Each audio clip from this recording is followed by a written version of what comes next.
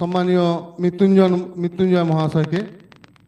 মৃত্যুঞ্জয়বাবু বলেছিলেন যে বার্ধক্য ভাতা, বিধবা ভাতা এবং লক্ষ্মীর ভাণ্ডার।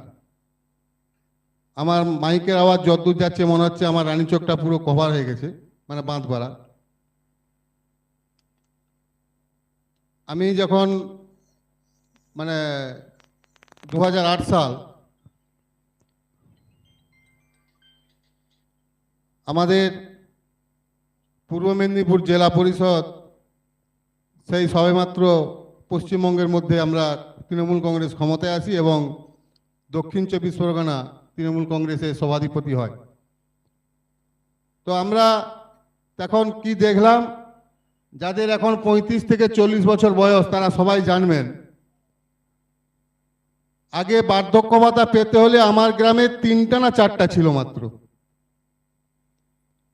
তো আমার নেত্রী আসার পরে আমাদের নেত্রী, আমরা আমাদের যে ভিতরপাড়ায় ICDS 2 যেদিন আমরা ওখানে উদ্বোধন করি, প্রায় 25 থেকে 27 জনকার বার্ধক্য ভাতা আমরা একসঙ্গে করে দেই।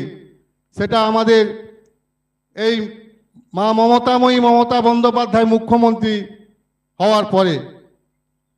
যাদের বয়স এখন 35 থেকে 40 তারা নিশ্চয়ই জানতে পারবেন, আমার গ্রামে বিদ্যুৎ ছিল না।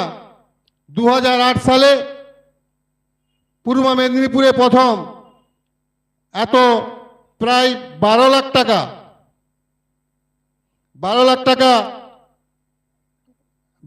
টাকা ব্যয় করে আমাদের হরশঙ্কর রানীচকে বিদ্যুতায়ন হলো।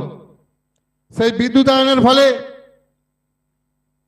বহু বাড়িতে কুটির শিল্প করে খায় আমার বেশিরভাগ সংখ্যালঘু মুসলিম সম্প্রদায়ের মা বোন ভাইরা।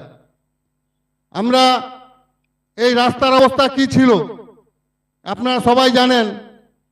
এই রাস্তাতে বর্ষা হয়ে গেলে মানুষ বেরোতে পারতো না। আমরা রামতরক থেকে বাগানবাড়ি পর্যন্ত 12 ফুট চওড়া রাস্তা করেছি। বাগানবাড়ি থেকে আমাদের ভিতরপাড়া পর্যন্ত 9 ফুট চওড়া রাস্তা, আর সামান্য রাস্তাটা বাকি আছে, হয়তো হয়ে যাবে।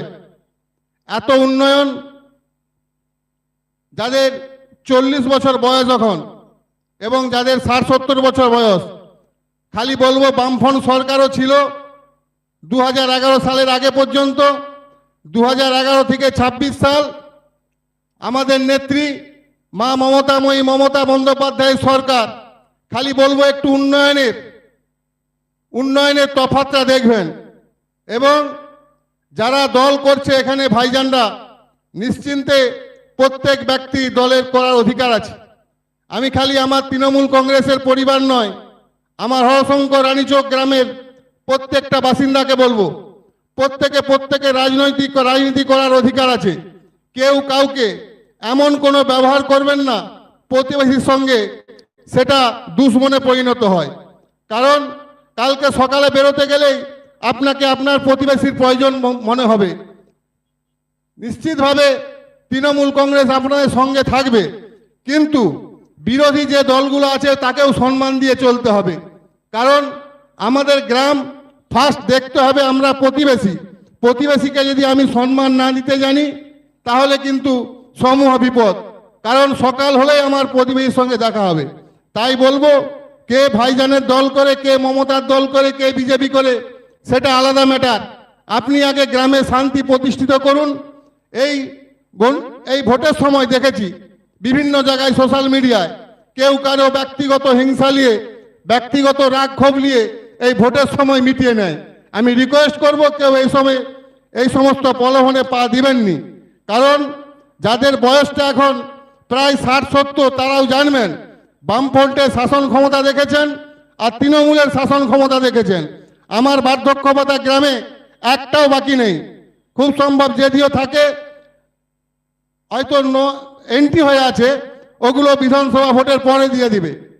যাদের 25 বছর বয়স, লক্ষ্মীর ভাণ্ডার আমার গ্রামে একটাও বাকি নেই। যদি থাকে হয়তো ভোটের পরেই সমস্ত ঢুকে যাবে। এবং যেগুলো যুবসাথী যে প্রকল্পগুলো হয়তো কিছু বাকি আছে তাও ঢুকে যাবে। তাই এখানকার আমাদের যে সমস্ত রাজনৈতিক দল আছে, আমি বিশেষ করে আমার সংখ্যালঘু মা বোন ভাইদেরকে বলবো, আপনারা আপনাদের ভোটটা এসআইআরে আপনাদের সঙ্গে কে ছিল, কোন দলটা ছিল সেটা চিন্তা করবেন। এসআইআরের মধ্যে আমাদের এই রানীচক গ্রামে মাত্র 3খানা ডিলিট হয়েছে। প্রায় যে সমস্ত ভোটার সবাই ভোট দিতে পারবে। তাই এসআইআরটা যেহেতু হয়েছে, প্রত্যেকে যেন ভোটটা দিতে যায়। কারণ এখানকার এই ভারতবর্ষের সরকার, বিজেপি সরকার যেভাবে মুসলিমদের প্রতি অত্যাচার, অন্যায় অত্যাচার করছে, তাকে ভালো করে জবাব দেওয়ার জন্যে। আর যারা এখানে আমাদের তৃণমূলের বিরোধী দলটা করেন, এখানে তৃণমূলের সঙ্গে ডাইরেক্ট বিজেপির লড়াই। তাই আমার সংখ্যালঘু মা ভাই বোনদেরকে বলবো, আপনারা ভাইজানের জায়গায় থাকবেন। ভোটটা আলাদা জিনিস। তাই আমার সংখ্যালঘু ভাইদেরকে বলবো, মাদেরকে বলবো, আপনারা আমাদের নেত্রীর যে প্রকল্পগুলো পাচ্ছেন সেই প্রকল্প থেকে উপকৃত হন এবং আমাদের নেত্রীর পাশে দাঁড়ান। এটা আমার মুখ্যমন্ত্রী মা মমতা বন্দ্যোপাধ্যায় দলনেত্রীর ভোট। এই ভোটটা কোনো ব্যক্তিগত কারণ নয়, আমার জামশেদের নয়, অরুণের নয়, সুকুমার চিতি, সাইফুদ্দিন, আইজুল বাবু বা ডাবলু বাবু এদের ভোট নয়। এই ভোটটা মুখ্যমন্ত্রীর ভোট। যে মুখ্যমন্ত্রী এতগুলো প্রকল্প দিয়েছেন, এত রাস্তা দিয়েছেন, আরও অনেক উন্নয়ন হবে। এবং যেগুলো আপনারা সোশ্যাল মিডিয়ায় দেখছেন, ভাইজানকে নিশ্চয়ই আমিও ভালোবাসি।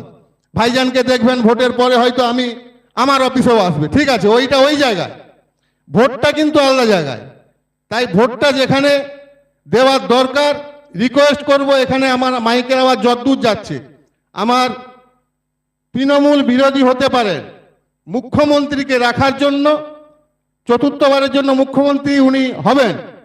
আমরা এই তমলুক লোকসভায় কিন্তু তমলুক লোকসভায় আমাদের যিনি প্রার্থী হয়েছিলেন তিনি আর তো আমাদের দেখাশোনার মধ্যেই নেই, মানে আমাদের এরিয়ায় দেখতেই পাওয়া যায়নি। তাই আমাদের তমলুকের যিনি এমএলএ হবেন তাকে যেন আমরা তমলুকেরই ভূমিপুত্র বিপুল ভোটে জয়যুক্ত করতে পারি, সেই আশা এবং সেই আকাঙ্ক্ষা আমি আমার হরশঙ্কর রানীচক সংখ্যালঘু মা বোন ভাইদের কাছে। রাজনৈতিক পরিবেশ, সেখানে বিজেপি আর তৃণমূলের মধ্যেই কিন্তু খেলা হবে। বিজেপি আর তৃণমূলের মধ্যেই প্রায় সিটে, প্রায় 294টার মধ্যে 280 থেকে 85খানা তৃণমূল এবং বিজেপির সঙ্গে ডাইরেক্ট ফাইট। কিছু কংগ্রেসের সঙ্গে আছে এবং 24 পরগনা একটা দুটা আইএসএফের জোট, বামফ্রন্ট জোট তার সঙ্গে আছে। এখানে কিন্তু আমাদের যে রুহুল আমিন ভাই সাহেবের যে ইউপি দল, সেই দলের তারা এই রানীচকে নেতৃত্ব দেয় আপনারা জানেন। এখানে আরেকটি দল আছে আইএসএফ, সেই দলের নেতৃত্ব কারা দেয় আপনারা জানেন। এবং আমরা যারা এখানে আছি আমরা তৃণমূল দলের নেতৃত্ব দিই। তো আপনাকে ভাবতে হবে যে 2026-এ 23শে এপ্রিল ভোট চলে যাবার পর আমার যদি কোনো সমস্যা হয় তো আমি কোন দলের কাছে যাব, কোন নেতৃত্বের আমি সহযোগিতা পাব, এটা একটু আমি আমার সংখ্যালঘু ভাইদেরকে বলবো। নিশ্চিন্তে আমিও রুহুল আমিন ভাই সাহেবকে ভালোবাসি, আমিও নওশাদ ভাইজান, আব্বাস ভাইজানকে ভালোবাসি। ওই জায়গায় আমি যেমন আমার মাকে একজন মহিলা হিসেবে মাকে মায়ের সম্মান দেই, একজন স্ত্রীকে মহিলা হিসেবে আমি স্ত্রীর সম্মান দেই, আমার বোনকে আমি আমার বোনের জায়গায় বোনের সম্মান দেই। সেই রকমই হুজুরের জায়গায় থাকবে, রাজনীতিটা রাজনীতির জায়গায়। কারণ এমন এমন জিনিস, এমন এমন রাজনীতিতে কথা বলতে হয়, সেখানে আমাদের ভাইজানরা হয়তো বলতে গিয়েও কুণ্ঠিত বোধ মনে করবে, আমার মনে হয়। সেগুলো আমাদের মতো রাজনৈতিক নেতারা তাদের মুখেই সাজায়, কারণ উনাদের মুখে কোরআন হাদিসের কথা ভালো মানায়। তাই আপনারা চিন্তা করুন, আমার রানীচকে আইএসএফের নেতাকে জেইপি নেতাকে, তৃণমূলের নেতাকে, আপনাকে আপনার কোন নেতার প্রয়োজন হবে? কারণ এটা বিধানসভা ভোট, এটা কোনো একটা গ্রামে ভোট নয় যেখানে বিজেপি, সিপিএম, আইএসএফ জোট করে হয়তো তৃণমূলকে হারিয়ে দিল। ঠিকই আছে, হারিয়েছে, উনি আমার রিজিয়া চাচি কাজ করছেন, আমি সহযোগিতা করছি। একটা বিশাল সমস্যা হয়েছিল, আমি এগিয়ে গিয়ে হেল্প করছি ওনাদেরকেও। পরবর্তীকালে ভোট মিটে যাওয়ার পরে আমাদের মধ্যে গ্রামে একটি কমিটি হবে, ভালোভাবে চলবে। তাই আমাদের তৃণমূল কংগ্রেসের সমস্ত পরিবার এবং আমাদের যারা বিরোধী আছে, এখানে জেইপি বলুন, আইএসএফ বলুন, নিশ্চিতভাবে প্রত্যেকের ভোটটা দেবেন। কেউ কোনোভাবে কারো ব্যক্তিগত আক্রোশ, কোনো আক্রোশ নিয়ে সেটাকে রাজনৈতিকভাবে জড়িয়ে দেবেন না। কারণ এই 2026 সালে যে ভোটটা হচ্ছে, স্বাধীনতার পর, আমার বয়সের পর আমি এরকম ভোট দেখিনি, এরকম নির্বাচন কমিশন, এরকম অবজারভার যে বিজেপির ডাইরেক্ট দালালি করছে। যে মনে হয় বিশেষ করে মুসলিম বুথে তৃণমূলের ভালো ভালো লিডারকে যে কোনো কেসে জড়িয়ে তাদেরকে হয়তো গ্রেপ্তার করে নিতে পারে। তাই প্রত্যেক মা বোন ভাইদেরকে বলবো, আপনারা সকাল সকাল আপনার মূল্যবান ভোটটি, আপনি যার দ্বারা উপকৃত হয়েছেন, যে আপনাকে 1 টাকা হলেও দিয়েছে, যে আপনাকে একটা হলেও প্রকল্প দিয়েছে, তাকে গিয়ে ভোটটা দিন। এবং কোন নেতৃত্ব, কোন দলের নেতৃত্বের কাছে গিয়ে আপনি সকাল সন্ধ্যা ফোন করার পরেও আপনি যাকে পাবেন তাকেই ভোটটা দিবেন। আমাদের নেত্রী যে 10খানা গ্যারান্টি দিয়েছে, তার মধ্যে 6 মাসের মধ্যে ভোটের রেজাল্ট আউট হওয়ার 6 মাসের মধ্যে আরো যত কাঁচা বাড়ি আছে পশ্চিমবঙ্গে, প্রত্যেকের কাঁচা বাড়ি পাকা বাড়ি হবে। সেগুলো তার তদন্ত করেই প্রকৃত কাঁচা বাড়ি যাত্রার হবে। আমরা এই যে আমার পাড়ায়, আমার সমাধানে 2টো ব্রিজ করেছি, প্রায় 10 লাখ টাকা দিয়ে, 10 লাখ টাকা করেছিল, মনে ব্রিজে অনেক টাকা খরচা হয়ে গেছে। আরও আমাদের লাইট থেকে আরম্ভ করে ICDS এর কাজ দেওয়া ছিল, হয়তো ভোটের পর হবে। আমাদের পূর্ব পাড়ায় গৌরবাবুর ওখানে একটা রাস্তা আমাদের গ্রাম পঞ্চায়েত থেকে টেন্ডার হয়ে গেছে, হয়তো ভোটের পর ঢালাই হবে। আমাদের কবরপাতা, যেটা কবরস্থান এবং শ্মশান, সুকুমার কাকার যে বাড়িতে যাওয়ার জন্য, ওখানে 2 লাখ টাকা ঢালাই হয়ে গেছে। ইলেকশন ঘোষণা হয়ে যাওয়ার জন্য আমরা করতে পারছি না, ইলেকশনের পর হয়ে যাবে। এবং যত যদি 60 বছর আমার রানীচকে কেউ হয়ে থাকে, এখনো পর্যন্ত হয়তো বার্ধক্য ভাতা পাননি, আমার নেত্রী ঘোষণা দিয়েছে ভোটের পরেই একটাও 60 বছর ব্যক্তি থাকবে না যারা বার্ধক্য ভাতা পায়নি, প্রত্যেকেই দেওয়া হবে। হয়তো টেকনিক্যাল ফল্টের জন্য যারা 70 বছর 65 বছর হয়ে গেছে, তারা এখনো পায়নি, তাদের লিস্টেড আছে। ভোটের পরে যত যেই দিন থেকে লিস্টেড হয়েছে সেই দিন থেকে শুরু করে আপ টু ডেট পুরো টাকা পাবে। আপনারা দেখছেন লক্ষ্মীর ভান্ডারে কিন্তু একটা কেউ বাকি নেই। যাদের লক্ষ্মীর ভান্ডার যেদিন থেকে এন্ট্রি হয়েছিল, কারো 14,000, কারো 15,000, পুরো টাকাটাই ঢুকে গেছে। ঢুকছে তো নাকি? আরে ঢুকছে তো, যাদের বাকি ছিল টাকা ঢুকছে লক্ষ্মীর ভান্ডার। তো আমার নেত্রী কথা দিলে কথা রাখে, এই চিটিংবাজের মতো কথা নয়। 15 লাখ টাকা অ্যাকাউন্টে, বছরে 2 কোটি। এই কিছু কিছু দেখবেন চিটফান্ড বেরিয়েছে মার্কেটে, এমন এমন গল্প দিবে মাথা খারাপ, পেটে ঘুষি মারলেও বেরাবেনি, এমন এমন ড্রেস পরবে, টাই পরবে, সেই সব লোকের চিটিংবাজি কথাবার্তার মতো আমাদের এই মোদিবাবুও সেই রকমই বলে। আর এদের নেতাকে দেখুন, একটু দেখলেই বুঝতে পারবেন। আমার আগার হগলবেড়া, আমার বল্লুক 2 নম্বর অঞ্চলে একটা বিজেপির ভালো নেতা বলুন তো কে আছে?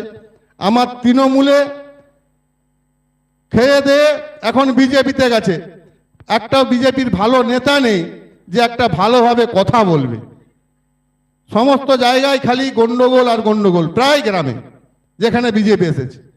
তাই আমি খালি একটু রিকোয়েস্ট করব, আমার এই সংখ্যালঘু এরিয়ায় আপনারা বিপদের সময় যাকে পান কাছে, যে দলের কর্মীকে পান, আপনার এই ভোটটা আমার নেত্রীর যা প্রকল্প আছে তো উন্নয়ন হবেই। বিপদে আপদে যাকে পাবেন তাই একটু ভেবে এসআইআরে, আমফানে, এই কোভিডের সময় বা কে থাকে পাশে, কে সময় দেয়? অ্যাকচুয়ালি আমি যদি খরা হই, আমি কোনো একটা অন্ধ মানুষকে রাস্তা দেখাতে পারবো? তো যে দলের এখানে ব্লক লেভেলে তাদের কোনো প্রতিনিধি নেই, যে দলে যাদের জেলা লেভেলে প্রতিনিধি নেই, সে দল ভোট চাইছে। আর আমাদের সরকার চতুর্থবারের জন্য আমাদের নেত্রী মুখ্যমন্ত্রী হবেন, তার প্রতিনিধি হিসাবে আমরা এখানে রানীচকে প্রতিনিধিত্ব করব। তাই আপনারা ভাববেন ভোটটা কাকে দিবেন। আমি খালি একটাই অনুরোধ করব, শান্তি শৃঙ্খলা বজায় রাখবেন। এই ভোটটার জন্যে এই ভাইজানের দল এমন পর্যায়ে নিয়ে যাবে, প্রত্যেকটা বাড়িতে মা বেটায়, স্বামী স্ত্রীতে গন্ডগোল লাগিয়ে দিবে। ওই জায়গায় না গিয়ে খালি রিকোয়েস্ট করব, আপনি আপনার ছেলেকে বুঝাতে যদি না পারেন, আপনি আপনার স্ত্রীকে যদি বুঝাতে না পারেন, ছাড়ুন। ওই জায়গায় যার ভালো লাগবে সেখানে ভোটটা দিক। পরবর্তীকালে দেখবেন ও যখন ওর ভুলটা বুঝতে পারবে, ও আপনি ওখান থেকে সরে চলে আসবে। তাই এই ভোটের সময় কেউ কোনো এই ভোট নিয়ে বাড়িতে কেন প্রতিবেশীর সঙ্গে কোনো অশান্তি করবেন না। চিন্তাধারা আপনার, আপনি কার পাশে থাকবেন, আপনাকে কে দেখা, আপনার বিপদে আপদে কে থাকে, আর কাকে ভোটটা দেবেন। কাকে ভোটটা দিলে তার প্রতিনিধি ব্লকে আছে, তাদের প্রতিনিধি জেলাতে আছে, তাদের প্রতিনিধি রাজ্য সরকার গঠন করবে। এটাই আপনাকে ভাবতে হবে। পরবর্তীতে আমি আমাদের বল্লুক 2 নম্বর অঞ্চলের সভাপতি, প্রাক্তন উপপ্রধান মাননীয় বিশ্বজিৎ ঘোড়া মহাশয়কে কিছু বলার অনুরোধ করছি।